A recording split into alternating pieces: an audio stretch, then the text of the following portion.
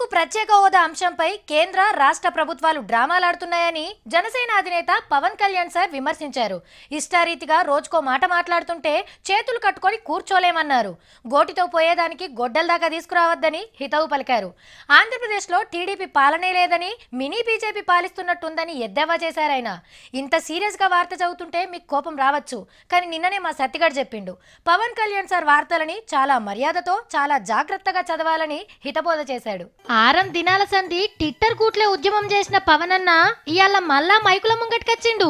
ప్రత్యేక హోదా కోసం విశాఖపట్నంలో ఎందుకు దీక్ష చేయనీయలేదు అని చంద్రాల సార్ని గట్టిగానే అడిగిండు.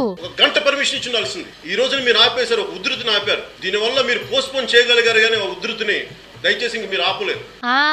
ఉద్యమాన్ని ఆపుడు ఇక చంద్రన్నతోని కూడా కాదట, పువ్వు గుర్తు ఎంకన్నను కూడా ఇడిచిపెట్టలే.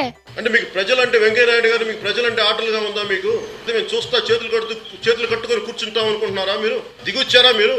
అమ్మో, పవన్ అన్న కోపం చూస్తుంటే ఇద్దరితోని దోస్తాన కటిఫ్ చెప్తాడా ఏంటి?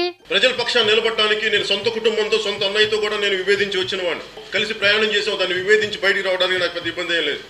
దాని గురించి వెనక్కి కూడా ఆలోచించను. నీ అంగానే బయటకు వస్తామంటే కాటమరాయుడు కదర్ చూపించినట్టే. అవుసారు, సెంటర్ మంత్రి సృజనా చౌదరి సారు జల్లికట్టు ఉద్యమం ఆదర్శంగా తీసుకొని పందుల పందాలే పెట్టుకోమని ఉత్తర సలహా ఇచ్చే కదా. మరి మీరు ఏ స్ఫూర్తి తీసుకొని మరి బ్యాంకులకి మీరు రుణాలు ఎగ్గొట్టారు చెప్పండి. అర్థమైందా? బ్యాంకుల కోట్ల రూపాయలను ఎగ్గొడతందుకు నీకెవల ఆదర్శం అని అడుగుతున్నాడు విజయ్ మాల్యా సారేమో.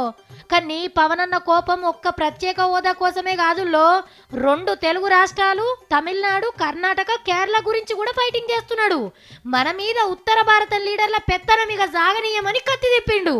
దక్షిణాది రాష్ట్రాల నుంచి మీకు చాలా పెద్ద ఎత్తున నిరసనలు వస్తాయి. ఆల్రెడీ అవుతున్నాయి కూడా.